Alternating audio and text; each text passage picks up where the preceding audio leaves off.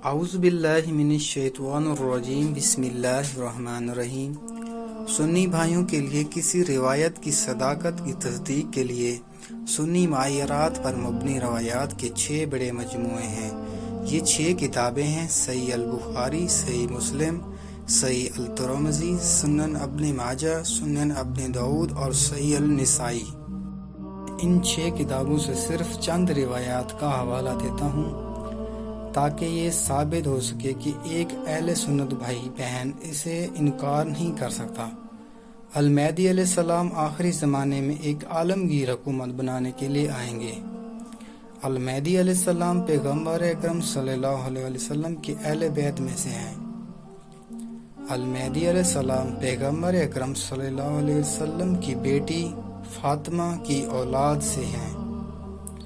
المہدی علیہ السلام حضرت عیسیٰ علیہ السلام سے مختلف ہیں۔ حضرت عیسیٰ علیہ السلام امام مہدی کے پیروکاروں میں سے ایک کے طور پر آئیں گے اور اجتماعی نماز میں ان کے پیچھے نماز پڑھیں گے۔ ایک اور ناقابل تردید حقیقت یہ ہے کہ بہت سے سرکردہ سنی علماء نے صرف امام مہدی علیہ السلام کے بارے میں کتابوں کے بعد کتابیں لکھی ہیں، جن میں سے کچھ کے نام میں نے اس مضمون کے آخر میں شامل کیے ہیں۔ مزید برآں انشاءاللہ اگلے مضمون میں ہیں۔ ان سنی علماء کی فہرست پیش کروں گا جو یہ مانتے ہیں کہ امام مہدی علیہ السلام امام حسن عسکری علیہ السلام کے فرزند ہیں اور زندہ ہیں اور غیبت میں چلے گئے ہیں۔ اس مضمون میں امام مہدی علیہ السلام کی خصوصیات پر بھی بات کی جائے گی جو شیعہ اور سنی کے درمیان اختلاف کے نکات ہیں۔ امام مہدی کے بارے میں صرف چند روایات درج ذیل ہیں جن کو اہل سنت ان کی صداقت اور وجود کا اعتراف کرتے ہیں۔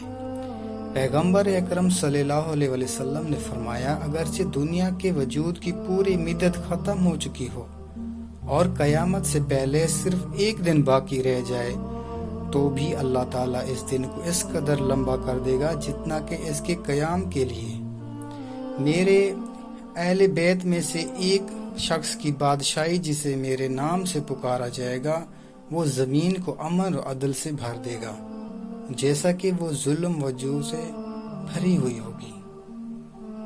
والسلام۔